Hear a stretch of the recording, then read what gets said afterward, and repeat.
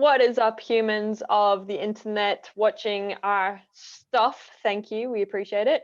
Welcome to another episode of Studio Insights with Victoria, Hannah, and myself, Kim. We are Belvista Studios, and this is our chat where we allow development time to learn from each other, ask each other questions.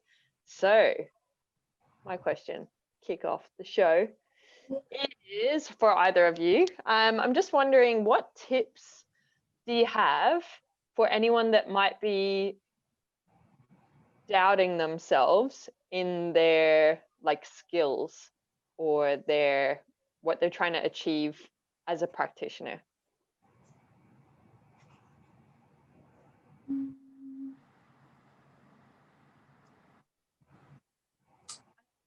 I would think maybe talking to people about it helps.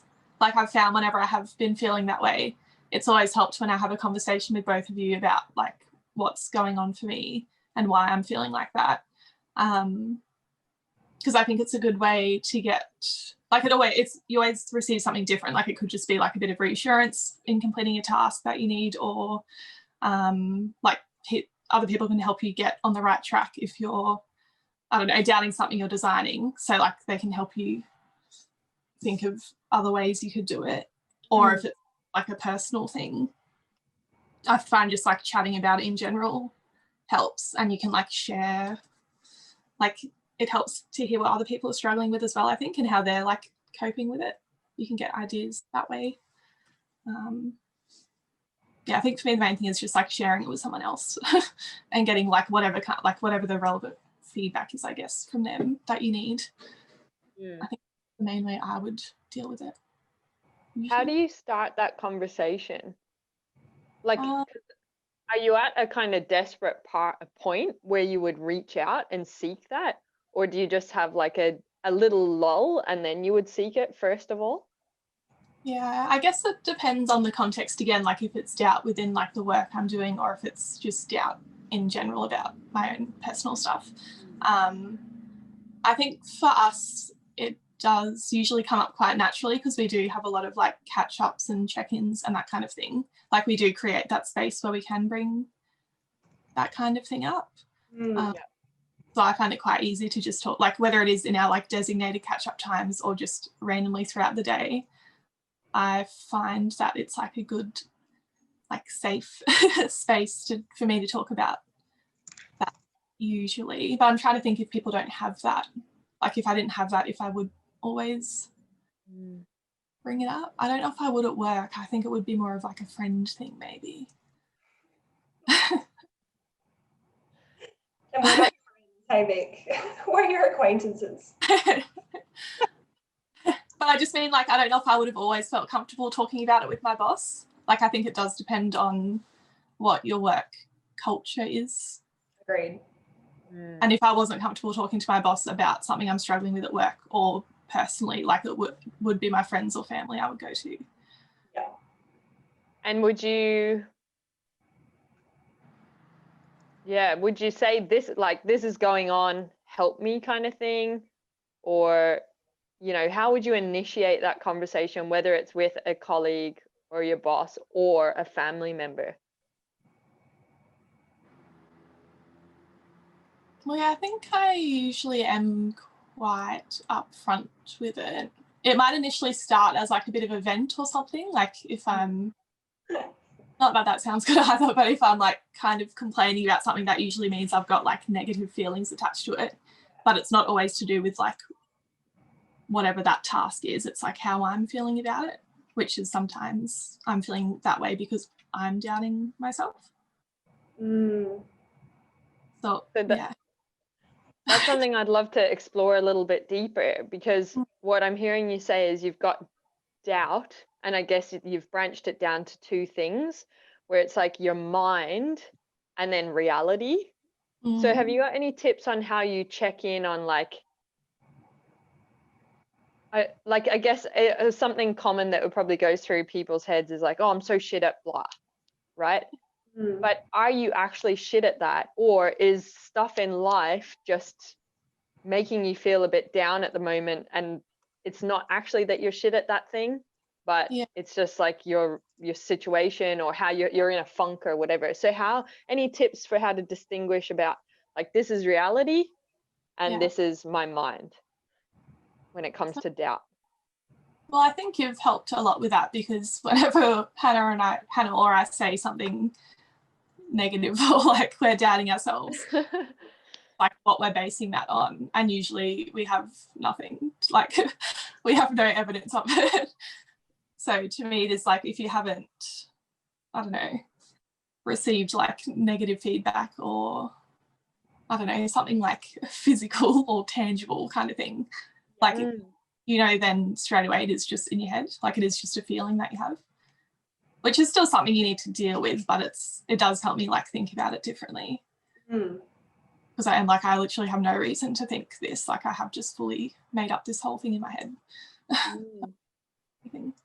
That's cool. So yeah, the question to ask there is, what evidence do I have to support this? Yeah. And that helps you kind of shift your frame of mind around it. Yeah. That's cool. Any other things like that? No, I think that is probably the main one for me, because that is like the logical thing. And I usually am a logical thinker, but not when it comes to that sometimes. So that is like the simplest way to put it, I think. Yeah. Like, and it's, if the answer's nothing, then like, yeah, I don't know. Yeah. And I guess, so your main thing, oh, sorry, you were going to say something else there? Oh no, I wasn't. Computer glitch. What I'm hearing then is that, you know, sometimes it is worthwhile just speaking to others to get that kind of that reinforcement that you're doing okay and that your perspective is not the reality, and just get that kind of support around you through feedback or insights or perspectives that help. They're almost like your stabilizers when you're not able to do it for yourself, and that's why you reach out and have those conversations, and then that kind of gets you in the momentum of getting back to that place of not doubting yourself as much or a little bit less until you're able to clear up that belief system again. Exactly. That's cool. Thanks. Hannah, do you have any?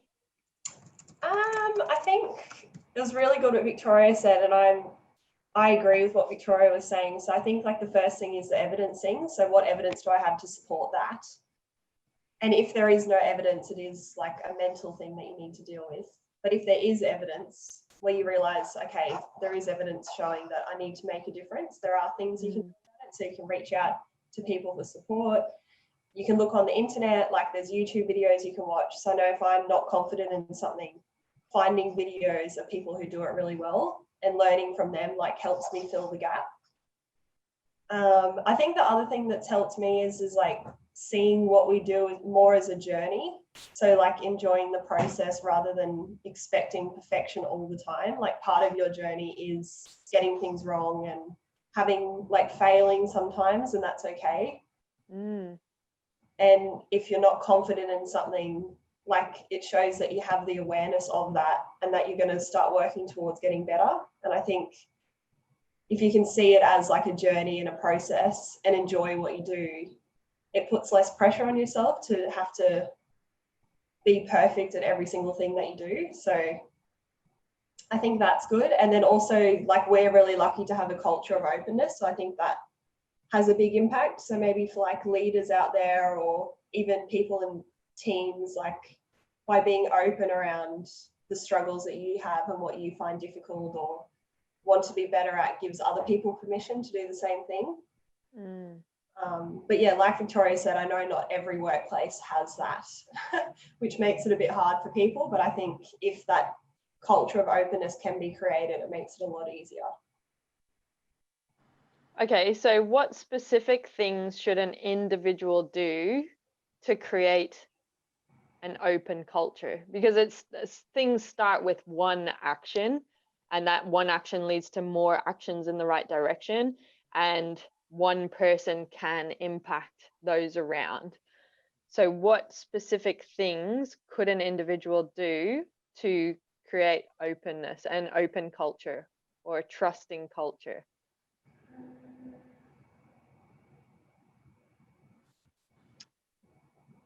Well, I think like role modeling is a big part of it. So like if you're a leader or a team member, if you are having a problem, like openly sharing that with the team, whether it's in a team meeting or, and I think especially leaders, like if they share that they have challenges with things and they're not perfect at everything, then it gives other people permission to do the same thing and share like how they feel if they're struggling. Mm-hmm.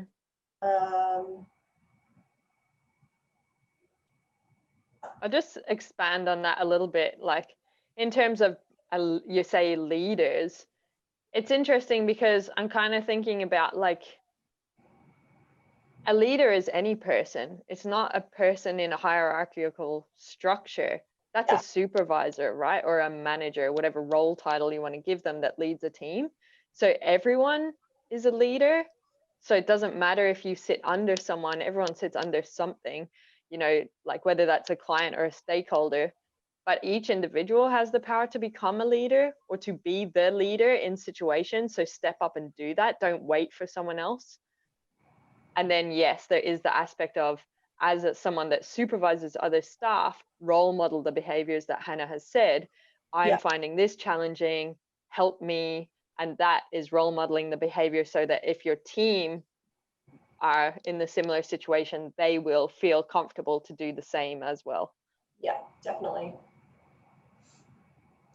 I think another thing is potentially like when we think about systems thinking, like the different components that interact with each other to create cultures, like thinking about like performance reviews, like what does a performance review form look like and what's like the structure of the conversations that happen. And if people like do have challenges and speak up about that, is that going to result in them like being punished in some way through the way that the organization is set up? So that could be another thing to consider as well. Can you be a bit more specific to help me understand better, please? Like, for example, if it's on someone's role statement that they need to know how to do something, and in their performance review, like they need to prove that they were able to do that throughout the year. If someone's not able to do that, they might be like scared to speak up in case like it impacts the way that their performance review goes, and that could impact whether they ever get a promotion or whether they're going to stay in their job. Or that's probably as much as I can expand on it. But I think there are sometimes like organizations are set up in ways that don't enable people to be open challenges. Yeah. Well, I think what you said was really interesting. I'd love to, hopefully you're able to like communicate the sort of shift that you've had in yourself. But I really loved how you were saying, knowing that I'm on a journey. Like, I think that, and that permission to go, I'm going to fail and I'm going to make mistakes and I'm not perfect and I can just try my best, right? Yeah. How did you get to that way of being?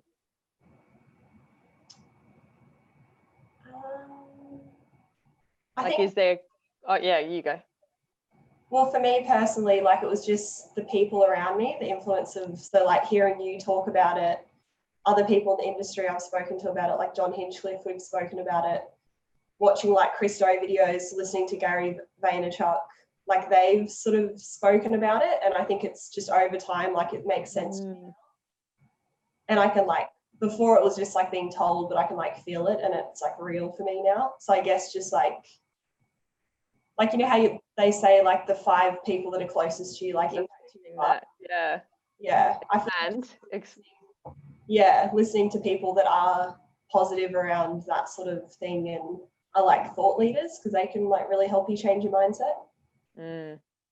I think that's a really good point actually, is like when you're trying to learn something new, or if you're feeling a certain way, if you surround and flood your environment with the aspirations you have for yourself or the way that you want to show up as a human, it becomes contagious. So you talk about those people that are role models in your life and you flood yourself with them speaking about life is just a process, it's a journey, like you're never going to be perfect, all this kind of stuff, then that does become your mentality. Just like if you probably look at your friends, maybe you have similar interests and things like that. So we kind of mold our lives around what we are surrounded by. So if you're lacking or unhappy in some aspect of your life or your skills or doubting yourself, it's about going and finding those people that are role modeling the behaviors and the mindset that you want for yourself, flooding it, and it will basically seep its way into your way of thinking and being. Yeah, love it. That's really cool. Thank you. That was really valuable. I appreciate it. No worries. Who wants to go next? I can go next. What you got? Or Hannah. So she's just kind of finished working on a project this week, like the final handover and everything is happening soon. And she's made a few comments about like how well it's gone and like how confident she feels in like how the process went, because she's still kind of like, I guess, learning the whole project management side of things. So I just wanted to find out from her like why she thinks this one did go so well and like what she's learned that could help her and me when I maybe eventually start doing that with future projects. Like what about the process was different that worked? I think, well, the first thing is that planning template. I think like I'm finally realizing, Kim, that it is so good. So before I felt like with projects, like I was holding a lot in my head. And there's always like, I feel like with every project, there's so many different components. Like you have to, like the client said something in review round 1 that impacts something in the final review round. And in the past, I was like, oh my God, there's just like so much to remember. And it would just get overwhelming and I'd forget things. But through that planning template, I've been like, every time I do a task, I list out like all the decisions I'm making, anything that the client said that I know will impact the project later on in the process. And then, so when I do the next task, I can look back on the task before and be like, okay, what's relevant? Because I've sort of highlighted from that task, that's going to impact this task.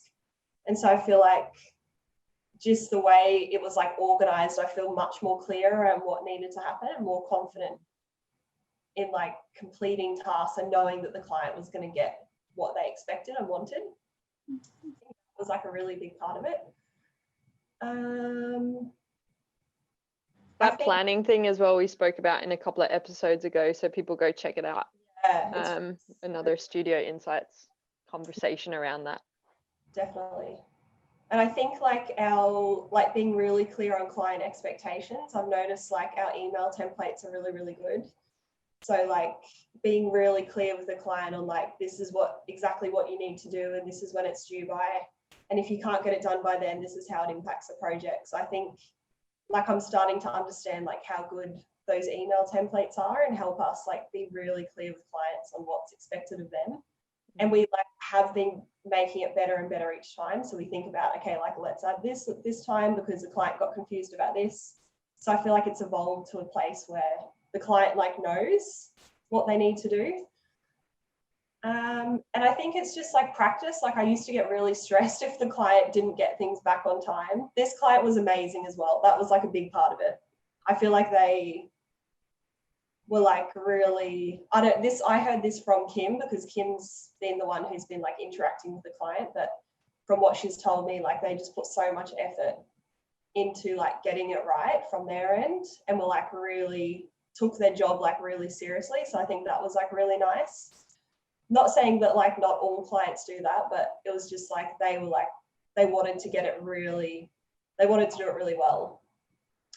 So that was really nice.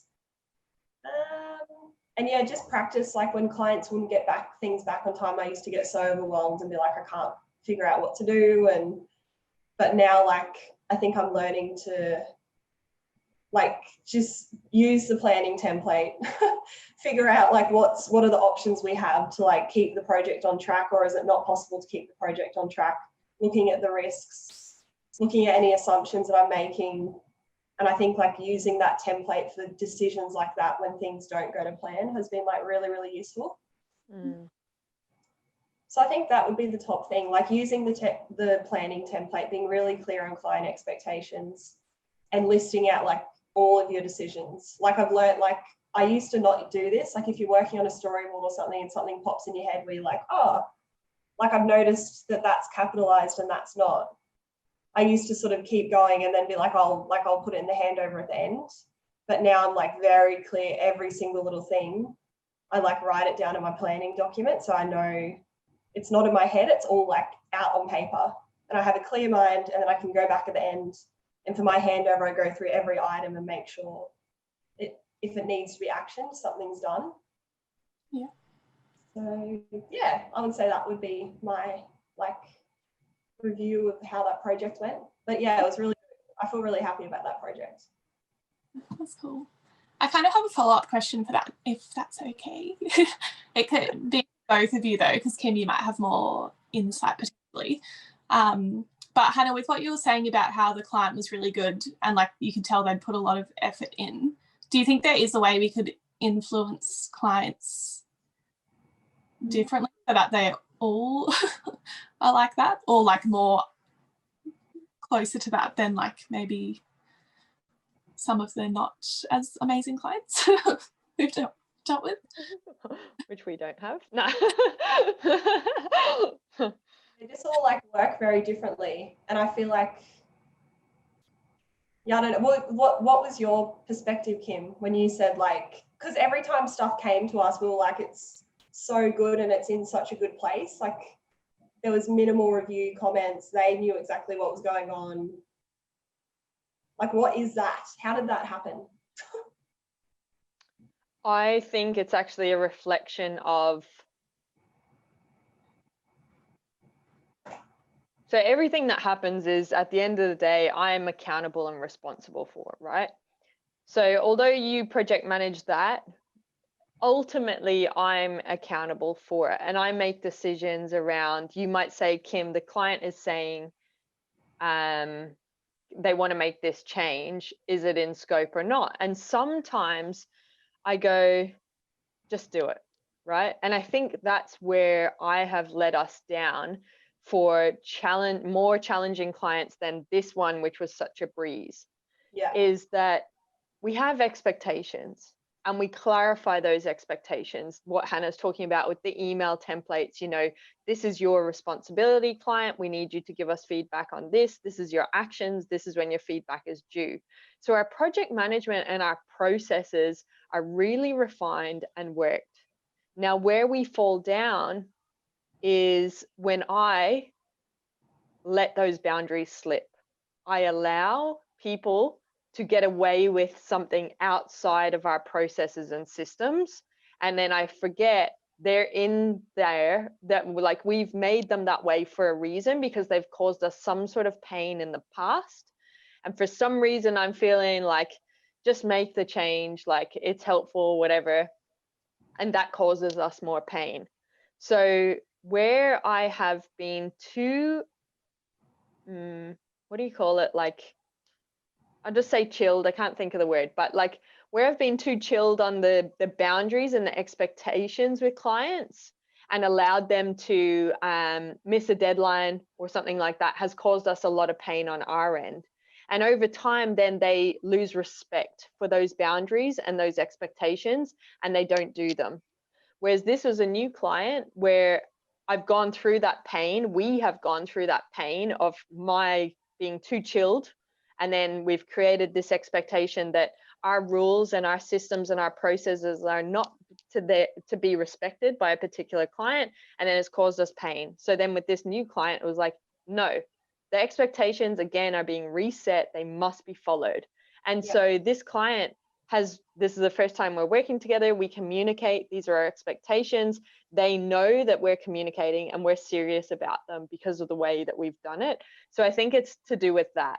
And so now what I'm having to do is like have conversations with clients around, look, I know we would allow that to happen this late in the project, or we would make that change in the past, but we can't do that anymore. And I feel like doing it. I'm saying this is going to cost you more, this is going to push out the schedule if you want to make that, because I'm having to reset boundaries and reset expectations. But it is for the reason it needs to happen is because it makes everyone's life easier. By allowing those expectations to slip has caused pain and pain, whatever that looks like, for the other people as well. So I think it's really clear, like if you think about what Hannah's been talking about, is to take the time to get your systems and processes in place and trust that process, because they work and you've done them and you continuously improve them. You've done them because they work, and you've learned from mistakes in the past that you don't want them to happen again. And then it's just about doing them. Make sure that you stick to that, because it helps not only you as a practitioner or your business or your organization, but it helps the stakeholders that you're working with as well in their world. It makes everyone's life easier. Yeah, I like that. Can I just ask Hannah on so it's really like lovely actually to watch. If you watch a few episodes ago, we're having the conversation with Hannah, like, plan your tasks, this is your template. What's the problem that you're trying to solve? What's your goal? These are all the tasks. What are your challenges, assumptions? What are the risks? And now she's been experimenting. If we think about, we had learning conversations, how do you learn? She's in her experimentation phase, and now she's in the reflection, she's getting the results. So it's really lovely to see that play out. And in the beginning, you're like a little bit resistant, untrusting, all this, trying to work it out for yourself, which is fine, because that's like the learning process. But now it sounds like you're like, planning is epic. But we don't do enough planning as practitioners. I just wanted to ask you, for a 1 hour task, how long would you spend planning?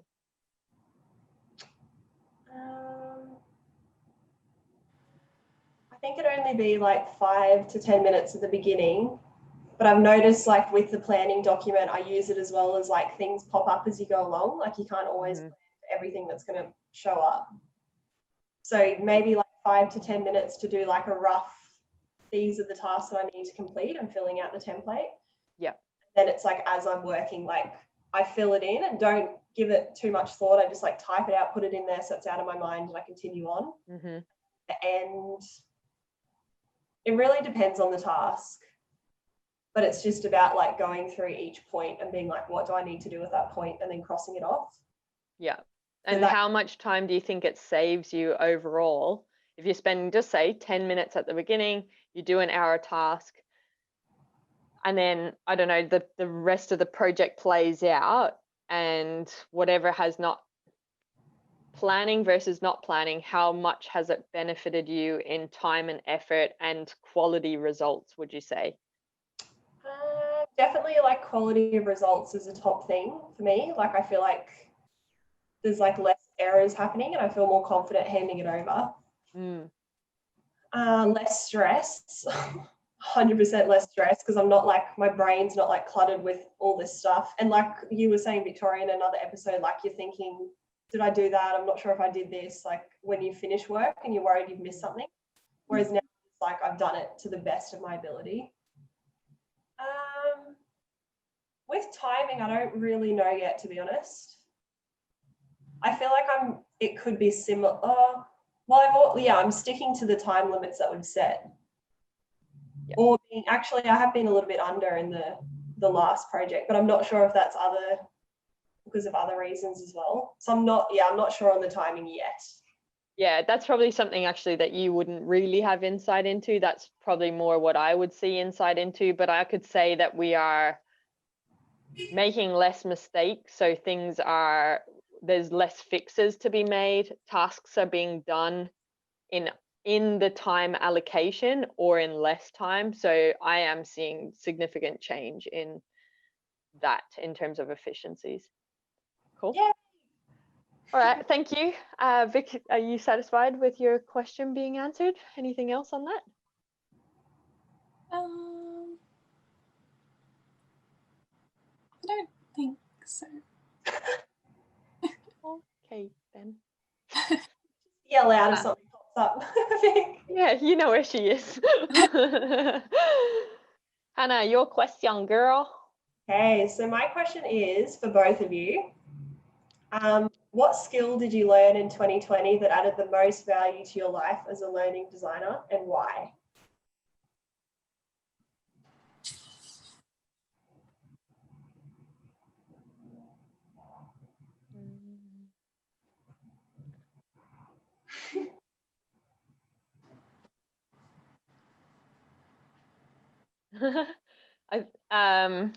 For me, I don't know which one of it is, but they're linked. So, and it's in that our 2021 things as well, if people want more detail, but it's either solving the right problem, and the other thing that's coming to mind is asking effective questions. So I guess it is the problem first, and then the questions help me solve the right problem. So I think the first thing is, am I actually solving a problem that needs to be solved by this task, or this thing that I'm going to say, or this thing that I'm going to do, or this thing that I'm thinking? What's the problem that I'm trying to solve? Working that out. And I do that by asking questions that help me solve it. Okay, and how would people know what questions to ask? Being very clear on the problem that you're facing. So you might need to write it down, like, so that it is like, I can't think of an example right now, but like, you need to be very clear on the problem that you're solving. And then every question that you ask is like, how am I getting closer to that, to solving that problem? Basically, questions need to be framed around that. If you watch any of these Studio Insights, we go into this in multiple different conversations. What's the goal? Where am I currently at? And how do I close the gap? Love it. And I see that in play out in life as well, not just as an instructional designer, but yeah, I find it's a life skill that has helped me. Mine is kind of similar to Kim's, but instead of questions, I think for me it's being more action focused. So like, what actions do I need to take to get me from here to where I need to be? And again, applies to projects and life in general. And I think a lot of it for me stemmed from doing the human-centered design course, because that whole thing is like, come up with the goal at the start, like come up with your success statement, and then every activity you do from there is like, what do I need to do to meet that goal? And it applies to the planning template too. Like, you figure out what your goal is at the start, and then what is every action I need to take to get there, and like constantly checking in to see, am I achieving this? Like, am I getting closer to that? So I think that is it for me, rather than like guessing or thinking like, oh, maybe I'll do this or maybe I'll do this. It's like checking in with every single action and making sure it's the right action to get you closer. Which is asking questions sometimes, but other times it's like, just do this or do this. Yeah, well, I guess sometimes my question is, what do I need to do? Yeah, it's just the same, like, it is instructional design. You apply instructional design to anything, right? Like, what you're describing is a learning objective. What's the learning objective? And then what's the content that I'm going to use to train that to achieve the learning objective? So if that helps people reframe Vic and I's answer, that's essentially what's happening. Yeah. And you can apply it to all aspects of life. Yeah. Love it. What's yours, Hannah? Mine's definitely the planning document. So like, I think for me, just like getting things out of my head and onto paper, and being like very intentional with the decisions that I'm making, and like realizing it's for every single little action, like responding to an email, or like implementing one client feedback comment, like being very intentional and thinking through what's like the best decision to make, rather than just being on autopilot and being like, I'll just do this, I'll just do that. So I think that's been the best for me this year. Nice. Well, on that note, I would say let us know in the comments what yours has been. And this has been another episode of Studio Insights with Belvista Studios. Thank you, team. Appreciate the learning and sharing. If anyone, it's going to add value. We know that. We know that this adds value because it adds value to our lives. So there's one individual in the billions of people in the world that will also get value from this as well. But please share it with someone else so that they can help improve their craft and be a better practitioner. And thank you for watching. Until next time, peace out. Bye.